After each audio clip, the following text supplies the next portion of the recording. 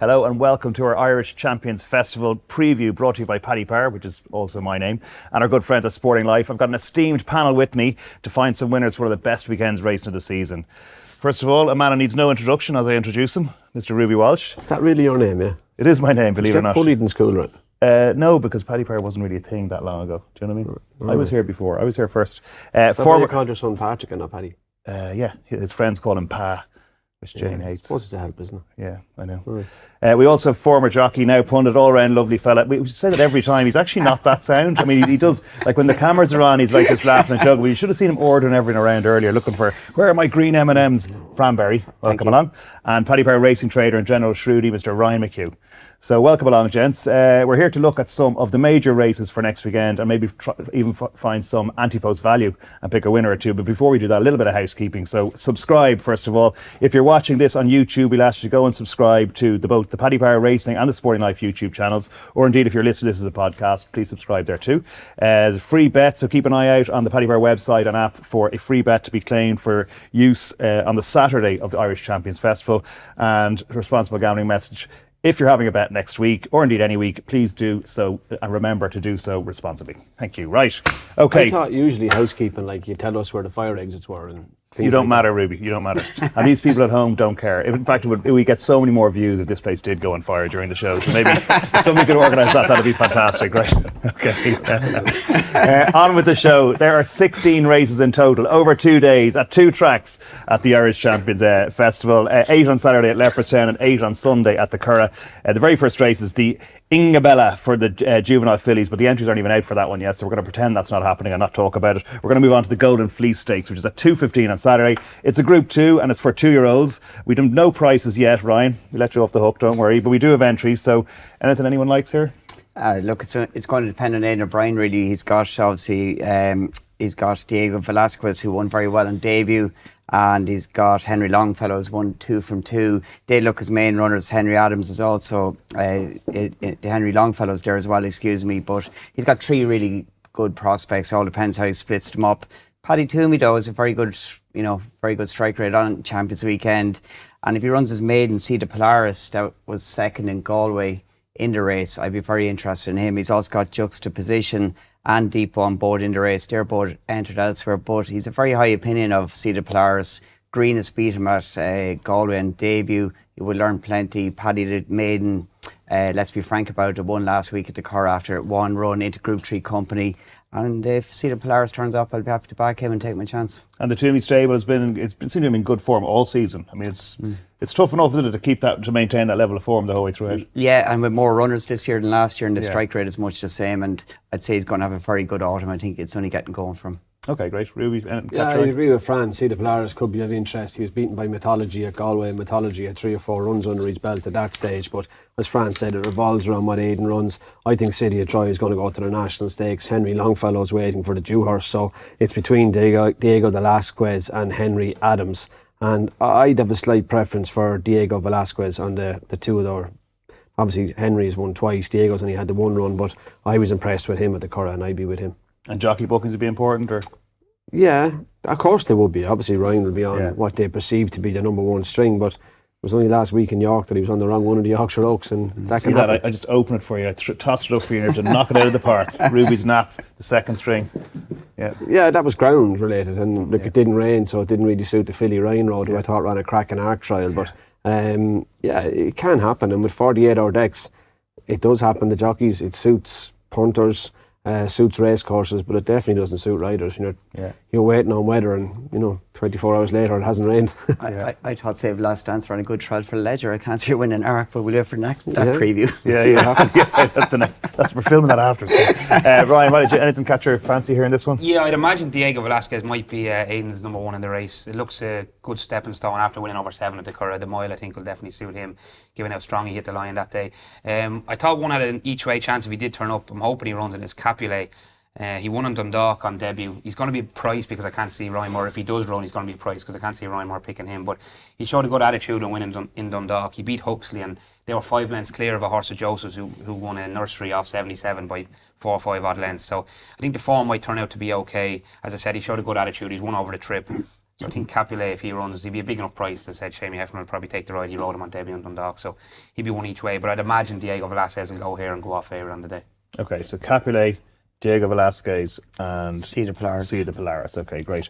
Right, next up at 2:45 on Saturday, it is the Dullingham Park Stakes, another Group 2, this time for 3-year-olds and older. Again, we're just working off entries here, but we have got some big names. There's Buckaroo, Poker Face, Homeless Songs, last year's 1,000 Guineas winner, and plenty more.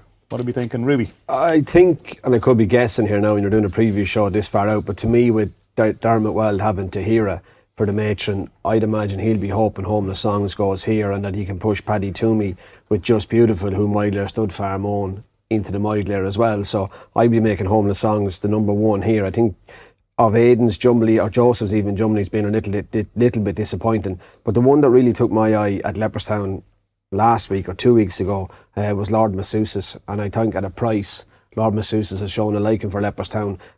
Definitely showed a liking for good ground, having shown a tendency maybe to want it a bit slower before that, but I think Lord Masseusis is on the way up, and at a price to take on Homeless Songs, who we haven't seen since early in the year, I'd probably be siding with Lord Masseusis. Okay, certainly probably will be a price, I'd imagine, yeah. Now? Yeah, Lord Masseusis obviously won running up the rail at Leopardstown the last day as well, so obviously not the favourite part of the track. Just Beautiful, Ruby makes a good point, the Homeless Songs will probably run here, given that they have Tahira for the other race. But I thought Just Beautiful, though, she did turn up here. Obviously different trainers but same owners. She won over a mile at the Curragh last time, beating Jumbly, who's rated 105, and Insinuendo, who's rated 109. She's form over 6 and 7 as well, so a quick track like Leopardstown around the bend I think will suit Just Beautiful. She made all on the Curragh as well, so if she does run here, I think she could easily try and make the run again. It's an open race at this stage. We obviously no betting because I thought it was a bit tricky to price up given the uncertainty that's the of what's going idea. on. You're supposed to price it up. That's what And that's how we find out what's actually going to happen. What happened then is we put it up to too much percentage, bet it to too many percentage, and then be given out that we're taking too much margin. So yeah, there has to be lost leaders and everything. There's plenty of prices there for the whole weekend, really. You poor Ryan, though. Fran? Homeless Songs, I agree, and she's got probably one good hit in her left maybe, and she's been trained for this day, I would imagine. I like Buckaroo, but it might be a bit sharp from, and he likes Leopardstown. I think number 20 Knight at this point in time is number 20 Knight is really interesting if he comes over. It's stable, won this race last year, and he was second to Angel Blue now, albeit last Saturday at Goodwood. If he were to come, I think he's an improving horse, and he'd be of definite interest of the UK trained challengers. But I think that and Bold Discovery are worth to mention as well. Jessica Harrington's horse that won on Derby weekend, Leopardstown should suit him well at Miler on there also. Okay, and Ryan, in terms of pricing it up, do you reckon as soon as you hear, well, we're going to run on Homeless Songs here, or the intention is, then you kind of press go? Yeah, well, the 5-day entries will be out on next Tuesday, so the races we don't have up at the moment will be up at that stage. Is that not what anti-post is, though? Well, that's classed as anti-post. 5-day entry stage class is anti-post. Yeah, so you lose your money if you back it on. Even now, like, you have entries anti-post. If it doesn't run, it doesn't run. But we've entries for sales races that we don't have prices up for. I don't know. So. Well, we get to the handicaps and ask for extra place. Yeah. So anyway, let's recap. So Homeless Songs. Just Beautiful. Just Beautiful. Yeah, but I'm not sure she'll run. And you're Lord Masseusis. Night if he runs. And Knight, sorry, you mentioned Knight as well. So there you go, we mentioned the whole field, well done. Moving on to the big one, this is the Irish Champion Stakes on at 3:20. It's at Leopardstown. It's a mile and 2 furlongs, one of the best races of the year. It is a cracker and it's open. It's wide open. We don't have an odds on favourite. King of Steel is just about, well, he's a clear favourite. And do you see him shortening up or? Probably not, Paddy, no. He's 5-2 ourselves at the moment. It's probably the shortest I can see him being. I'd say if you're looking to back him, I'd probably wait and you'll get a bigger price on him.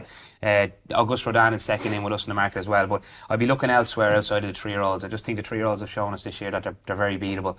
The likes of Onesto would interest me. Even Luxembourg's in there at 10-1 as well. And I think this race will cut up. There's obviously a lot of entries at this stage, but we've seen in the past week or so that the likes of Mostadaf coming out, Desert Crown, obviously Ace Impact go straight for the arc. So I could see a few more being taken out of this race, and you could end up even being less than 8 runners on the day. So the couple I came down, one was Onesto. He's only 5-1 with ourselves now. I know someone else on the panel might fancy him as well. Maybe on the short side, but he's still an each way price as opposed to 5-1. He ran a really good race the last day at Deauville behind in Spiral over an inadequate mile. He was second in the race last year to Luxembourg, but if I'm fancying Onesto at 5-1, I kind of have to really respect Luxembourg, who's double the price. He's obviously been beaten plenty this year.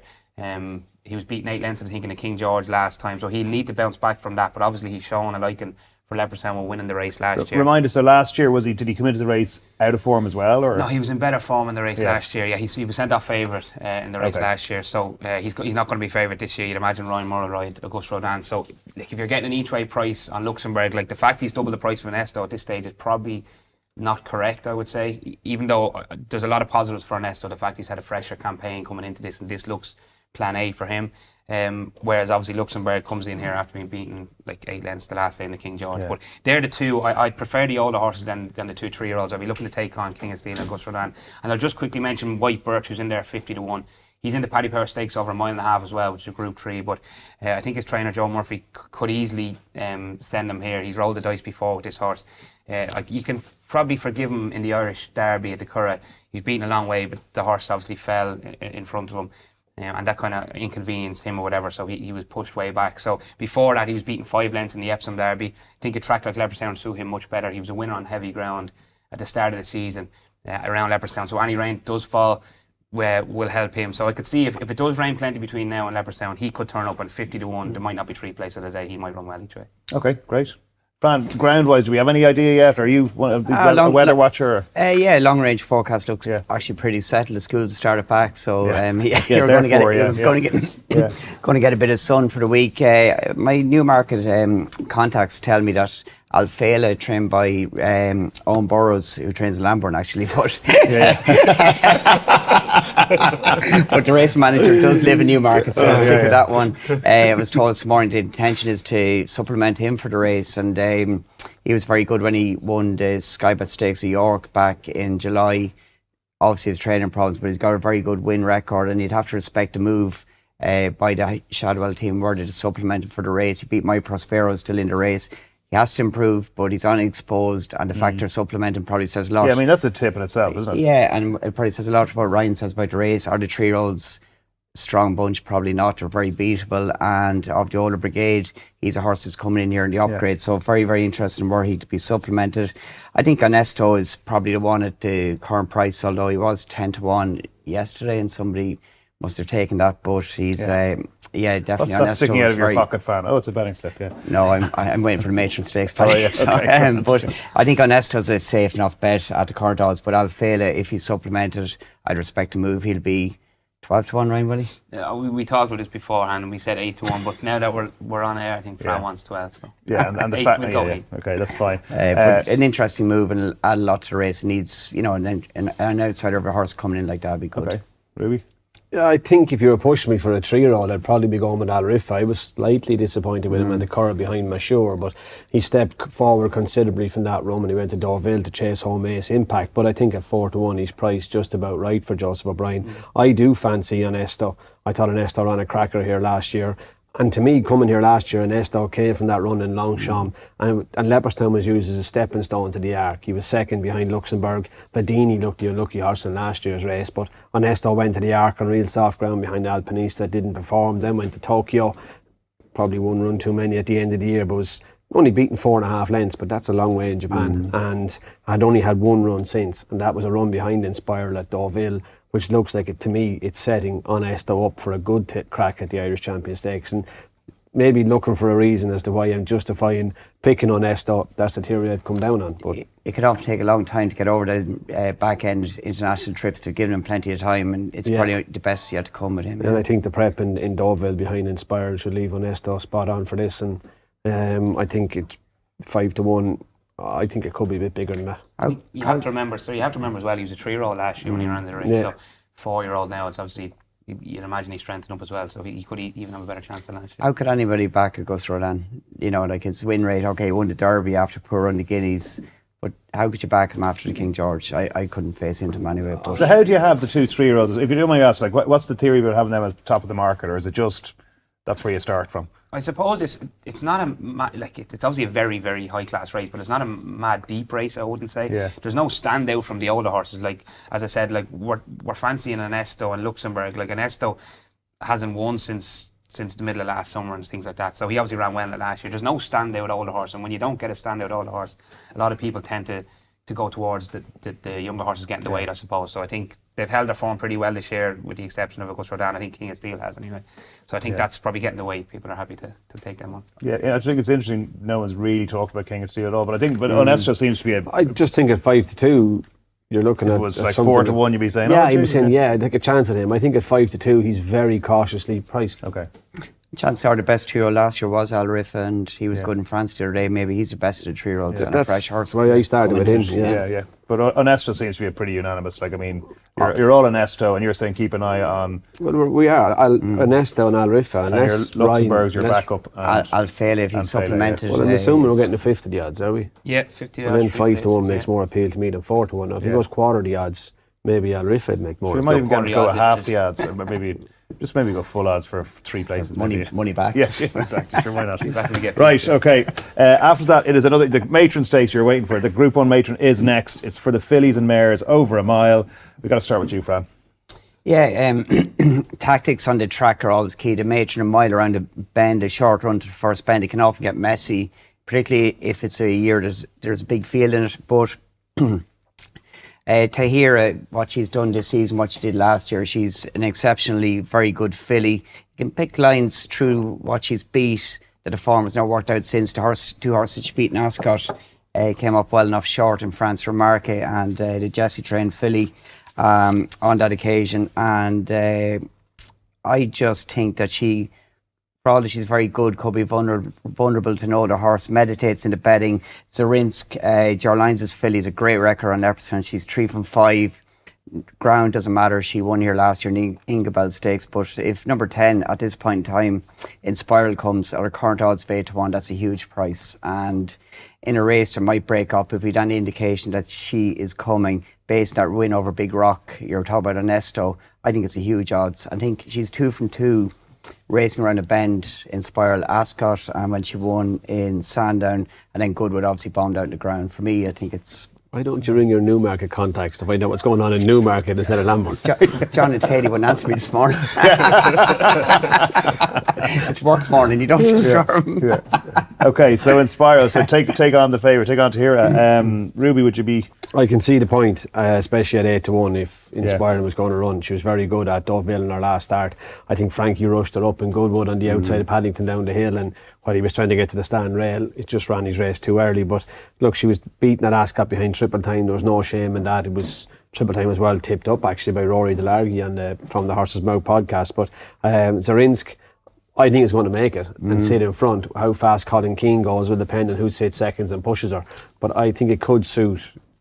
Tahira's hard to get away from, but at 8-1, Inspiral definitely looks the value. And she's a whole of filly Tahira, so you're at the mercy of the race sometimes in Leopardstown, but she's got so much gears. And she's overcome tactics this year already. Even at Ascot, it was a messy race. She ended up last. In the Guinea, she had a terrible draw right down the inner, and Chris Hayes rode her with incredible confidence in the Irish Guineas. So I think she can get herself out of sticky positions, Tahira. And the more I think about I'm not going to oppose her. Is there enough space in the home straight in Leopardstown? Is it long enough? It is. She got out late in the Irish Guineas. Irish Champions weekend, it's actually out as wide. It's a flat track, so you got another 70 yards maybe on the straight than you'd have in the summer. So, look, she's an exceptional 3-year-old, and I think she's the one to beat. But just think at the current odds, Inspiral, given her form last year, her recent form, but particularly her form racing around the bend, 8-1's a very fair price at this point in time. Yeah. Okay. Ryan? Yeah, I think it's very hard to get away from Tahira. She's 4 to 5 herself at the moment. Like, it's the type of price that you could see getting a bit shorter, depending on what lines up. I can't see her getting too much bigger, to be honest. Like, I think the big thing with her for me is the fact she's fresh coming in here. Like, she's 78. It's going to be a 78-day break from when she last ran. I think that's a big thing. At this time of the season, you're looking for horses maybe that have been over the top or that have plenty of runs. Whereas Dermot Well is evidently minded her. I haven't read it as a problem with her since she ran last. So he's obviously kept her for this race. She's obviously getting a few pound off the older horses as well. She, like, Meditate's in there, second favourite, 7-1. She's beaten her plenty to suggest that Meditate's not going to turn the form around with her. She's versatile in regards to ground as well. She's won on soft and good ground. Just worse 4 to 5 chances, I think, than Tahira. Yeah, okay, wow. 4 to 5 anti-post tip. Heard it here first. Okay. Now, to be fair, if it goes off 5's on, like, or whatever, 3's on. What if she doesn't run? But if she doesn't run, it's anti-post. Sorry about that. Fire caveat emptor, buyer beware. Right, at 4:20 on Saturday, we've got everyone's favourite sponsorship. You mentioned earlier, the Group 3 Paddy Power Stakes. It's a 1.5 mile. White Birch, the horse you mentioned earlier. You have Enna's favourite. Yeah, I obviously mentioned him for the Irish Champion Stakes. I think they might roll the dice with him, but this would obviously look an easier target for him. This is a Group 3 and the Irish Champion Stakes is what it is. Obviously, it's a Group 1. So he's 3-1 with ourselves. Wouldn't interest me, not exactly know where he's going at the moment. I think there's plenty in here. Although it is a Group 3, it could be easily a Group 2. I think Valiant King for me at the price at the moment is 16-1. Probably maybe worth a flyer each way. He's not a certain run in the race, but if he does run, he'll be nowhere near 16-1. There's talk that he'll have one more run before he goes down to Australia. He's a few entries. He's still in the Ledger of Doncaster as well. I think he's in the Irish Ledger as well. So there are options for him. But I thought this might be an easier race than them two races if he does run here. It's over 1.5 miles. He was behind Vauban the last day at Nice. He's been improving with every run this season. His RPRs will tell you that. He wasn't beaten. He's beaten ahead at Royal Ascot by Desert Hero, who obviously went on to Frank the Form as well. So he's 16-1. He won't be near 16-1 if he runs. He'll probably be a quarter of that price. So he'd be the one for me each way at these prices, taking a chance that he might turn up here. Okay, Fran.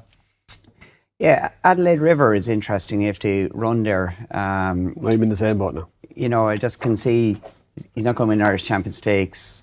Maybe you don't want to stretch him out to 1.6 for the Irish Ledger, unless you go to England with him for the UK Ledger, but save last chance to win that anyway, so that's sorted. And at his current odds of 9-1, if you got any inkling he was running with his weight for age, second in the Grand Prix de Paris, second Irish Derby, he'd be favourite on the day. Like he's one you could be chancing now and take your chance, because if you narrow it down with the prize money and offer, as a good fit into his autumn campaign from, he could just turn up there in the day. And so if he runs, he'll be favourite, favourite. Yeah, exactly. Yeah, and he's the one that I'd be very, very afraid of. But at the current odds and the current betting and likely runners, Al-Azi's an intended runner, and he's currently 5-1.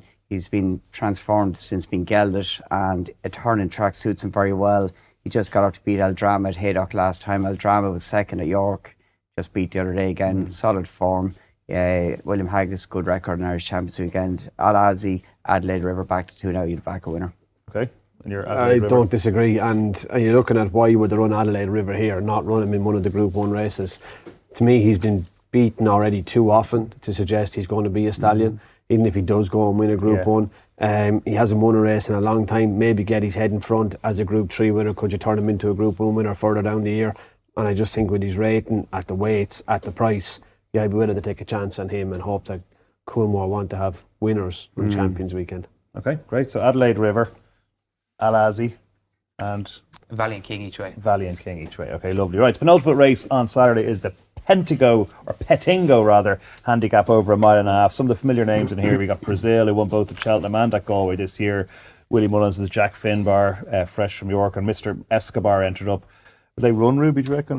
Jack Finbar ran really disappointing at York, so it's hard to see him. Yeah, he kind of went out very quickly. He did. He travelled well in a good position on the inside, but I'd say York was too quick for him, and he never went forward and didn't let himself down. I thought Denmark ran really well behind Middle-earth in the 1.6 race. Melrose. In the Melrose, good run. Jesse Evans has been winning, albeit a bit further in trip. I thought Zandabad was disappointing at York, so it's hard to really fancy him. And the one I kept coming back to, Paddy, was Nusret of Joseph O'Brien's.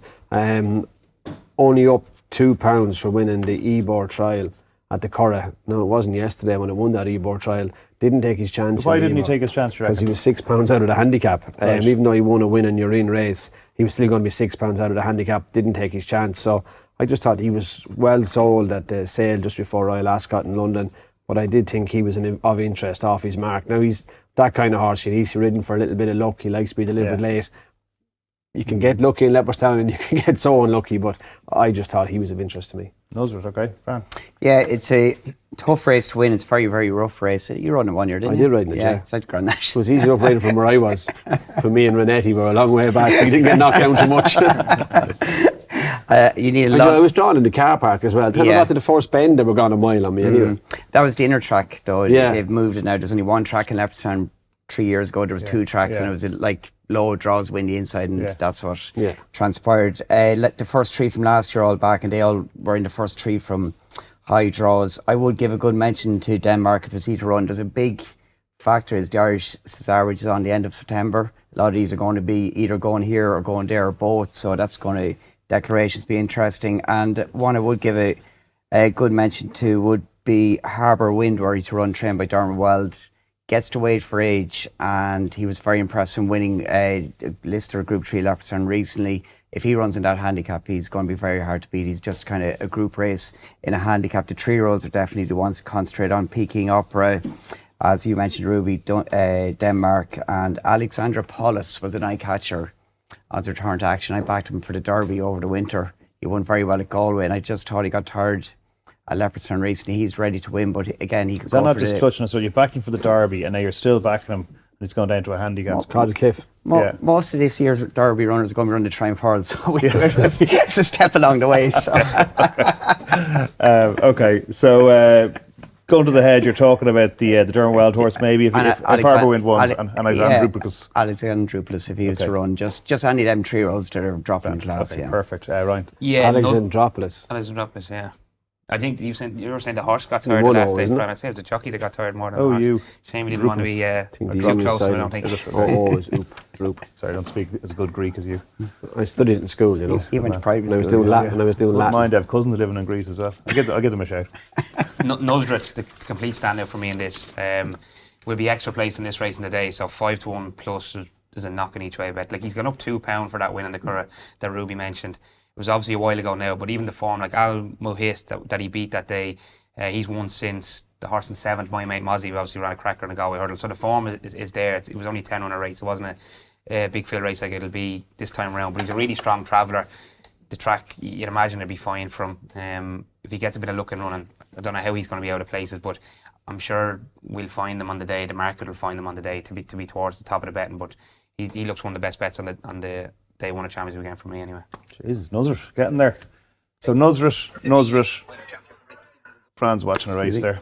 He's watching Alexandropoulos back. Yeah, Alexandropoulos. He's going, I can't believe it. How did they pronounce that? How did Jerry Hannon pronounce that? You're all getting it wrong.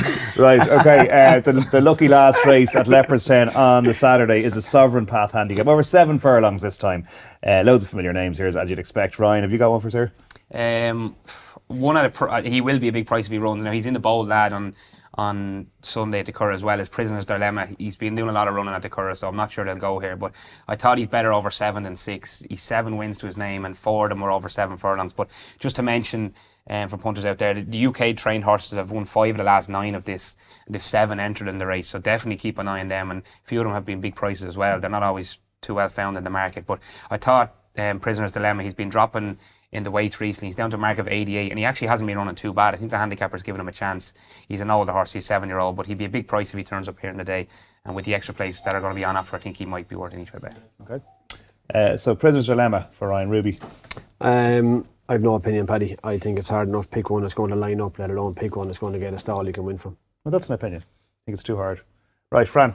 Look, like Ryan said, UK train runners have a strong record. David Amara, Richard Fahey, you'd always respect their entries. Adrian Keatley's had a really good season. He's got wob in it. But Ross Collin, number 14 at this point in time, he's got 9 stone 5 pounds. He is really interested, and I believe he's coming from what I was told last day or so. He won at Goodwood last week. He was 5th in the race last year. He didn't get much luck in running at a vital stage, and crucially, he's £6 lower than his run last year, so Ross Collin for me.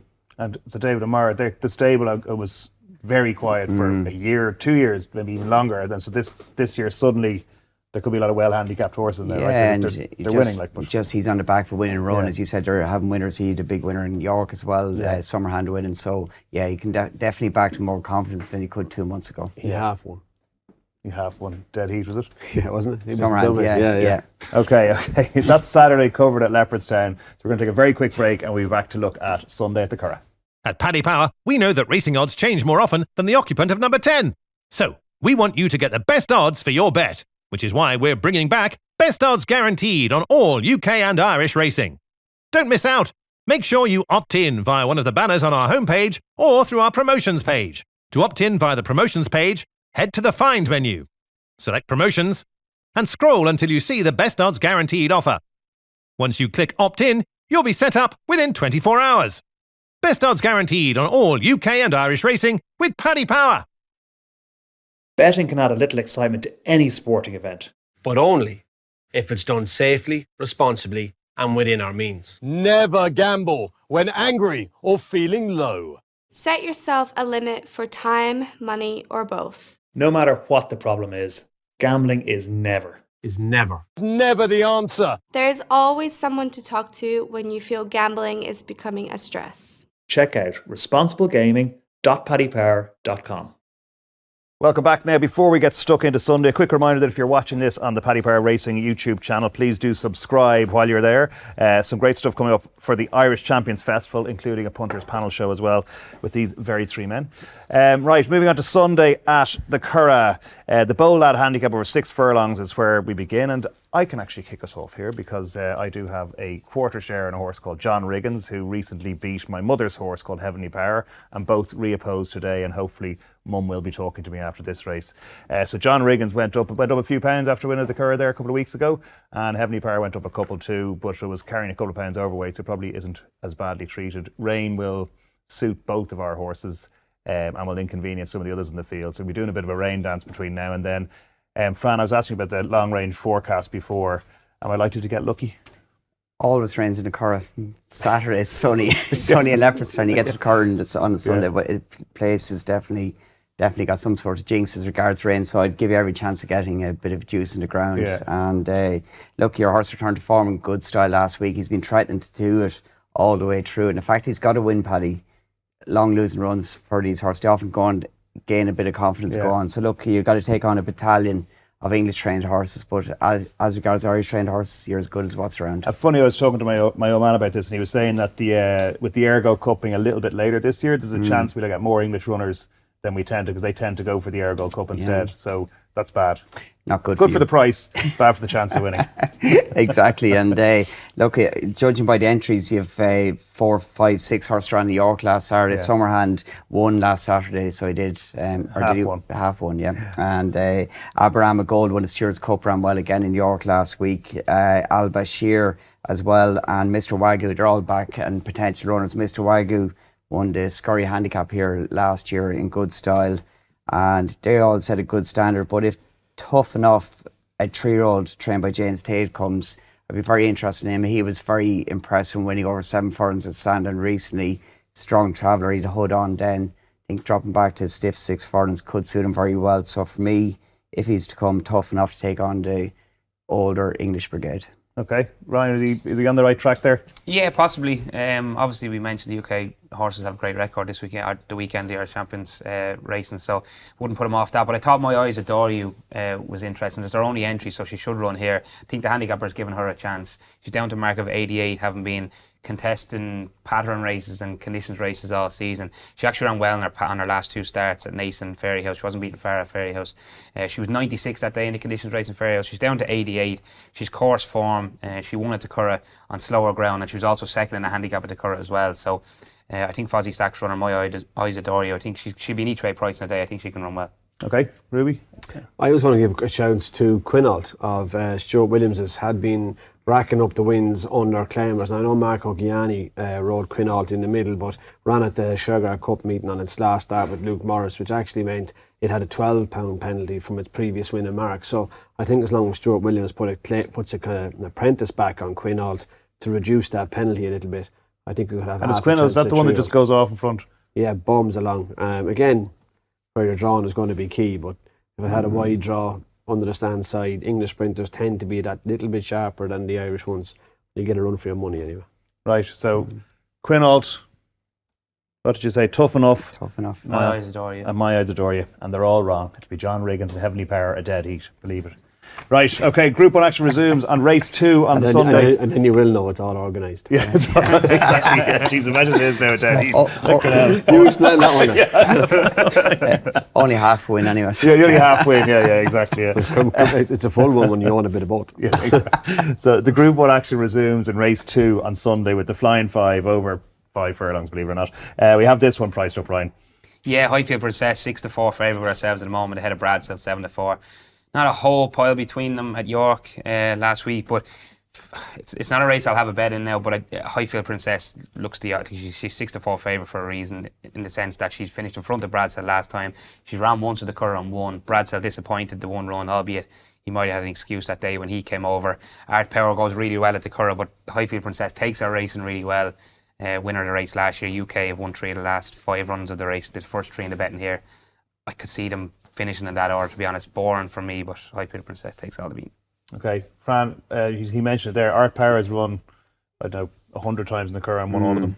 Yeah, and he can't seem to repeat the same form where he goes to France or stays in the UK, but that's probably an illustration of the weaker division of Irish trained sprinters to where he can dominate. But look at his current odds of 5-1. Highfield Princess, the ground was very quick in York. Now, she did do the double last year, but she's a year older and, you know, running again on firm ground. I'm not sure why she totally let herself down. Now, she ran into a bit of a freak. The horse made a run and won the Nunthorpe, but I'm happy enough to take her on at the odds and go with our power if you want it. But atop Boutemon, number is 16-1, a French trained horse. You've been on Twitter anyway, Fran. What else do I do according to my wife? I only look at Twitter. It's not called X now. I don't mean your wife, I mean the Twitter. And look at his current odds, Boutemon. He's got a good backstory, and at 16-1, I think it's a fair price when you're taking horses coming over from France, and he's mixed it with some good horses along the way. But our power will be very popular. Highfield Princess, worthy favourite. I'd be slightly with Brad Sell to turn it around with Highfield Princess. I thought he improved for his run at Haydock behind Little Big Bear and beat Highfield Princess then at Ascot. I thought he came to chase Live in Your Dream, got by Highfield Princess at York and faded the last sort of 3/4 of a furlong in York. I think with that run under his belt even, Brad Sell could improve enough to turn it around. Okay, so Highfield Princess, Brad Sell and Boutemon. Boutemon. Right, another Group 1 follows with the Moyglare. This is 7 furlongs for the 2-year-old fillies, and Ylang is favourite here. Ryan, I'll start with you again. Yes, 6-4. I think Lang is with us at the moment. She's done nothing wrong. Obviously, she's won 2 from 2. She looked impressive in doing so. The form's worked out from the last day with Vespertilio come out and winning since, so she's going to be the favourite in the race. But I thought one on an each way price, one of Moyglare's own horses, Bellezza, trained by Ger Lyons. They'll have a few in this, I'd imagine. The winner of a Leopardstown maiden, the form was worked out. Glortier was second, hasn't done much since, but Brilliant was behind her in third, and she's come out and won since as well. They've read for Burnham as well, I should mention, Moyglare in this. That's going to be well supported, I'd imagine, given how well she caught the eye, I suppose, in the Curragh on debut in a winner's race. But I think Bellezza she's a really big filly, and Ger Lyons has generally come on for the run without winning. This filly managed to win on debut, which I think was notable.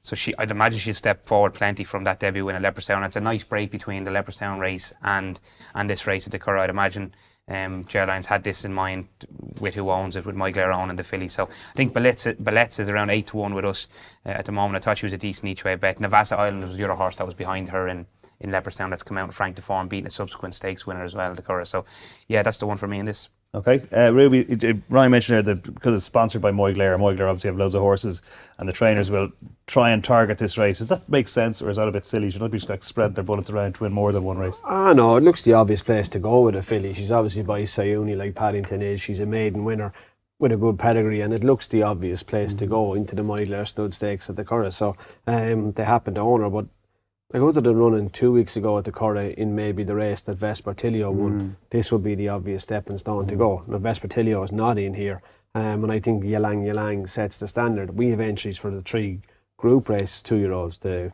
Group 2 mile race at Leopardstown and the 2 Group 1s here. And I won't be surprised if Aidan O'Brien wins all 3. I actually think he will. I think he's above average bunch of 2-year-olds, and I think for a treble, if you could pick the right one between Diego Velasquez and Henry Adams. We'd have to price it as well for Ruby as well. Yeah, to go with Ylang and City a Try. I think that's the way you'd be going. Okay, Fran?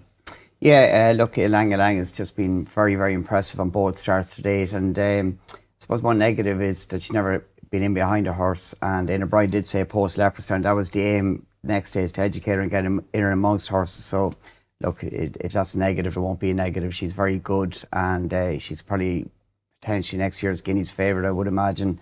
I would give a mention to the Durham well-trained runner, another Moyglare one, Red for V Burnham, who was all the rage in the WhatsApp groups, the Curragh chat on the night before she ran. I think she opened up 20-1 in a winner's race, ran home really well to be just beat. She went off 7-4 favourite off the top of my head, and just Greenest beat her.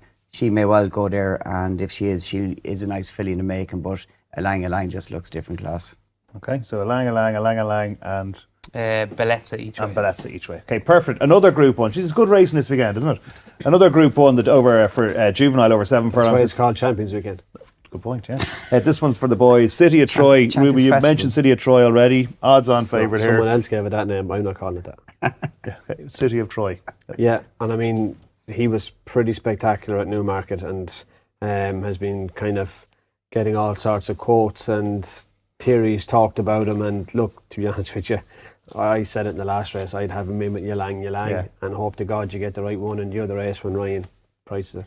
Okay, so not much to say there. Look, his form has worked out very well of any race he ran in, and he looks to have no flaws at this point in time.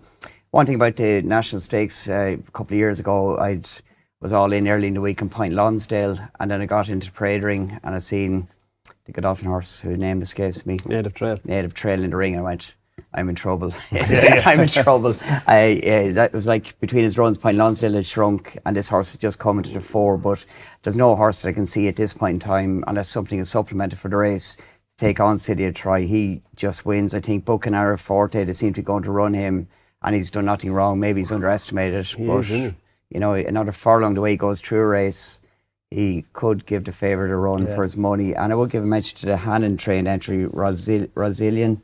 Was very impressive in winning at Ascot recently, beating a previous winner. If that was to come, I'm not sure if it does or not, but it's currently 25 to 1. I can see that run into the place, maybe behind the top two. Sounds like you made a rick here. 8 to 11's a big price. Yeah, just as I looked there, it's 4 to 6. So of course it is. Someone else obviously thought that as well. It is now anyway. Like from a bookmaker's point of view, I probably shouldn't be saying this, but like there were 6 and 7 runners in it in the last couple of years in this, and I can imagine it's going to be the same again, even though it's a big entry stage at this stage. So for me, like, a lot of people wouldn't be interested in backing horses each way at 3 to 1, but Buchanara Forte is the only horse that can beat City of Troy here. You're getting 3 places at the moment. Like we're 10 to 1 bar to 2. I can see that no one's going to want to take on City of Troy and Buchanara Forte. We've seen enough of them this season to suggest, especially City of Troy, that he's way above average. He's 9 to 4 favourite at the moment for the 2,000 guineas next year. So that'll tell you all you need to know about him. So in that theory, so he's 3 to 1, so you're thinking you're getting 3 to 5 for your place. Exactly, 50 each way, you're getting 80 back most likely. Exactly, yeah. But there's a chance. I think you have a chance. Yeah. I think you have a chance of beating the City of Troy. Like I know, like he's really impressive when he won the last day, but Hatem is what he is. I think at this stage, and Odyssey was third. He was beaten since as well. So visually, he's been really impressive. City of Troy. There's an argument that like Buchanara Forte is stepping up from 6 furlong to 7 furlong. You'd imagine he's a quicker horse than City of Troy. City of Troy looks like he needs 7 / a mile and go a bit further. So there's a chance Buchanara Forte can beat City of Troy here, I think. And the fact he's 3 to 1 and you can back him each way, there's going to be 6 or 7 on the day. You're not going to lose too much money there. Okay, lovely. Sounds like you'll be getting a better price about City of Troy, lads. Okay, great. So Buchanara Forte each way, City of Troy, right? Right, okay. The feature on Sunday is the Irish Ledger. It's 1.6 miles, as we know. We might see the return of Kyprios here, and he's priced up as 4 to 1 as we record. Fran, is that where you want to start, or? Yeah, look, it's a race I love, the Ledger. I think it's just, I know people say, it's for older horse and everything. I think year in, year out, it produces some cracking results, cracking finishes. Kyprios, what he was doing last year was exceptional. It's a shame we haven't seen him out, and hopefully we see him at the Irish Ledger. There was a Ballydoyle Open morning this week, and anybody that saw him down there thought he looked big. The vibe seemed to be that if he gets to the Irish Ledger, it'll be a stepping stone perhaps to going back to France where he won last year, British Champions Day. Okay. So based on that, I don't think you could back him at all in the Ledger. Just watch him and hope he gets, maybe he'll come out and win anyway. Maybe he's just better, but he's a lazy, behind a bridle type of horse, and I just think a run at this stage could. Yeah. He's not a horse that travels to the furlong pole and goes and picks up. So for that reason, I'm going to look elsewhere on the day. Hamish, second to him last year, 3 from 3 this year, very progressive and has been kept fresh for this race. So he sets a really good standard. Okita Sushi's worth a mention, and New London if they were both turn up. But for me, I thought Yabir is a bit overpriced in the race now. Stable form notwithstanding, he's very good, very much unexposed at this kind of a trip. He won over 2 miles in Sandown. He's won 1.5 miles. And he on another start as well, and his recent run was a decent win, and he looked not to stay in the Gold Cup. So I think he's, off the top of my head, is he 16 to 1? I don't have the sheet. I think he's a bit shorter, is he, Yabir? About 8 to 1. 8 to 1, sorry, 8 to 1 he is, yeah. I just think Yabir is a bit of value when you weigh everything up, and Kyprios want to watch on the day. Maybe back for British Champions Day now. I think he's a 7 to 1 chance. Okay, Ryan. Yeah, I found it a tricky race, but Tower of London was the one I came down on. I just checked. He's 33-1 for the Ledger at Doncaster. So the fact he is 33-1 and no one seems to want to back him for that, I'm hoping he goes here. This is his only other entry over this weekend. So he improved for the step up a trip. He's getting weight obviously off the older horses. He's unlucky not to be 3 from 4 this season when Ryan Moore dropped his stick the last day at Newmarket when he finished behind Castleway. But I think he's a really likeable horse. And since he stepped up and trip, he's really improved. As Fran mentioned, like Hamish is favourite again. I think he's very beatable, especially if we don't get rain. We'll have to wait and see with that on that front. And Kyprios they're using this as a stepping stone. Emily Dickinson looked like she might take that step forward and go on and win an Ascot Gold Cup and stamp her authority in these types of races, but she hasn't really, has she? So I think Tower of London at 6-1 is fair value. Okay, Ruby? I only have an opinion if it rains, and I think if it rains, Emily Dickinson will beat Hamish. And I think she's crying out for the ground. I think the gold ground at Ascot was too quick for her in the Gold Cup behind Courage, Mon Ami. She came back to the Curragh and kicked Rossa Carberry out of the way, and then she went to Ascot where we all know Quickthorn got away because Emily Dickinson finished in front of Coltrane and Courage, Mon Ami, and they both blew Quickthorn out of the way at York last week. So I think Emily Dickinson's a very, very good filly, but she wants a cut in the ground, and if it does rain, I'll be waiting for her. Okay, right. So Emily Dickinson, if it rains. Tower London, if he doesn't run at Doncaster. No, he shouldn't run at Doncaster. I think he'll go. Yabir for Charlie Appleby, right. Okay, 4:35 on Sunday is the Blandford. It's a mile and 2, Group 2 for the fillies and mares. Don't have prices yet. The entries look pretty good, Fran. They do, and all is a cracking race. It's almost Group 1 in name, if you like. Above the Curve is back in it. She won last year, beating Insinuendo, trained by William McCreary. Both, very tough, likeable fillies. Darren well as is that in the race, and she ran better probably in the Irish Oaks than her finishing position would suggest, but she got beaten the last day, and I was against her when I saw her in the parade ring. Thought she looked very light looking, and this run will come 4 weeks on from that, so I'd very much look and see how she looks in the parade ring. I think she just might struggle, and for me there's a really interesting filly on her right last, was it a Goodwood preview, we put up a filly called Araminta, trained by Henry Candy. She was very, very impressive in all her starts to date. She's improving fast. If she was to travel over, I think Araminta is really interesting, and we've not seen the best of her yet, and I think she'd be touching a double figure price. She'd be an 8 or 9 to 1 chance, and I think in the make of the race, a fresh filly coming in here above the Curve, has been to France a couple of times. Insinuendo is a very good filly, but she is what she is. Azazat has had a busy season, so yeah, Araminta, a fresh filly. The chances are the winner their name will begin with an A. Yeah. Or maybe were you just doing your study alphabetically and just stop there? Ruby. Yeah, and you're looking to save yourself tipping on another favourite, because that's where I think I'm going to be, and that will be with Above the Curve, and I'm assuming she is the favourite, is she? She will be, yeah. I have it down. She'll be a relatively short price. She will be relatively short, but even looking through it, Fran has given you, or made a case for one to have a go against it. I just think that they're too far behind her. I agree, yeah. The opposition. She's 114. Is she 114? Well, look, take a couple off her, make her 110.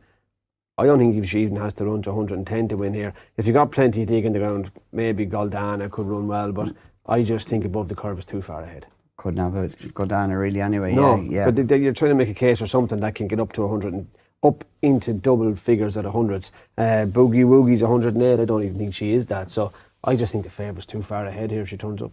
Okay. Yeah, I agree with Ruby. Yeah, this race is tailor-made for her. Her other 2 entries are in the Matron over a mile, which would be too sharp for her, and the Irish champion, which she wouldn't win. So she will turn up here.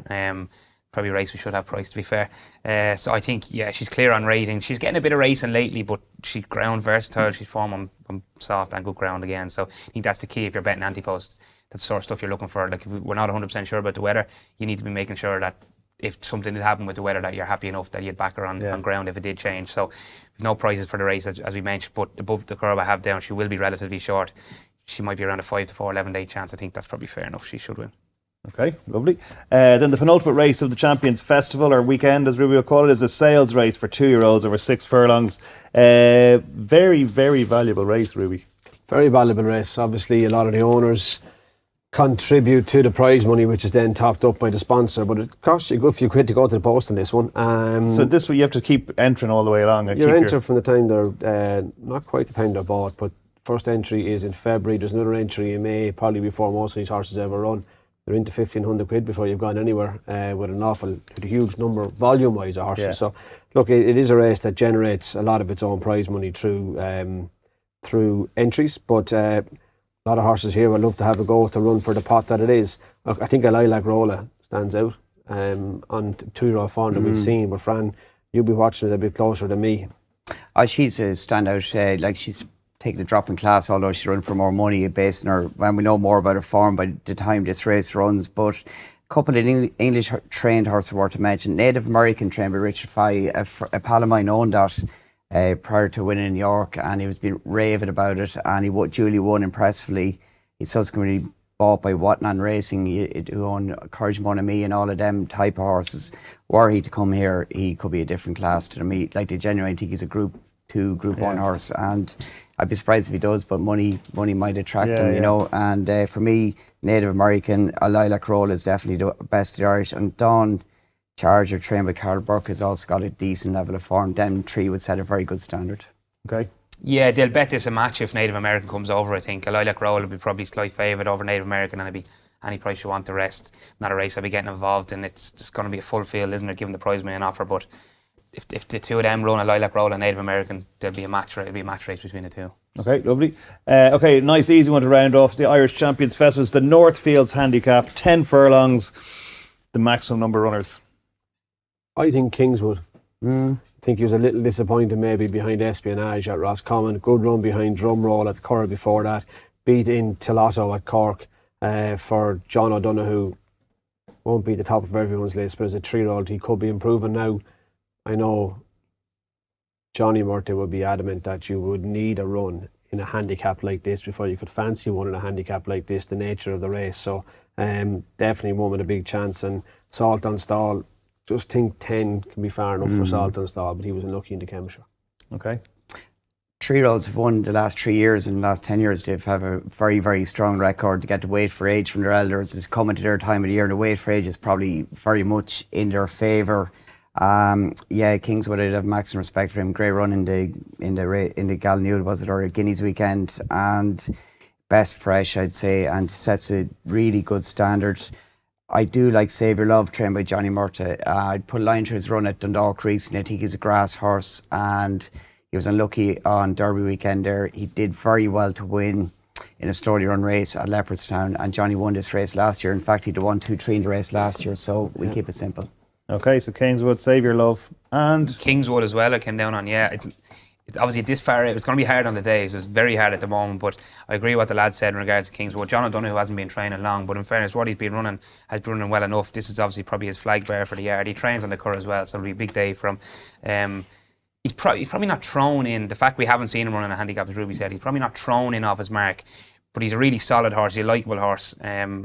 So he'd be an each way price in the day. The market won't fancy him too much. I can't see him being a single figure price. So yeah, Kingswood each way, but it's a very hard race. Okay, and before we finish, I'm not going to ask you for a nap because obviously we're going anti-post here. But is there a horse or something you're looking forward to most this weekend? Nusret for me would be the one. We've no price for it at the moment. We will next Tuesday, 5-day entry stage, and hopefully 5-1 plus. He'd be the one I can't see out of frame anyway. Fran?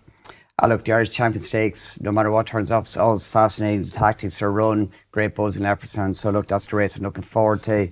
As regards a bet, I'm going to do a double now and take my chance and spiral at 8-1. I'll add you at 5-1 for the Paddy Stakes. I'll pay 47-1. And we'll take the rest of the weekend off then. This is great. I literally said, I'm not going to ask you for a nap, and both of us given a nap. Anyway, that's perfect. Ruby?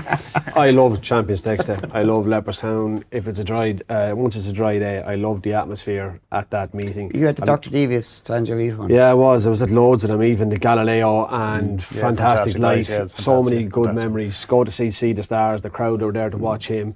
I love it as a race. I love the atmosphere of Leopardstown on that afternoon if there's any bit of heat in the air. And I can't wait for the Champions Stakes. I think to me it is the highlight of the flat season in Ireland. That whole afternoon, I think it's a wonderful card, and I'm looking forward to it. It's a lovely way to finish. Right, thank you very much for watching. Ruby, thank you. Fran, thank you. Ryan, thank you very much.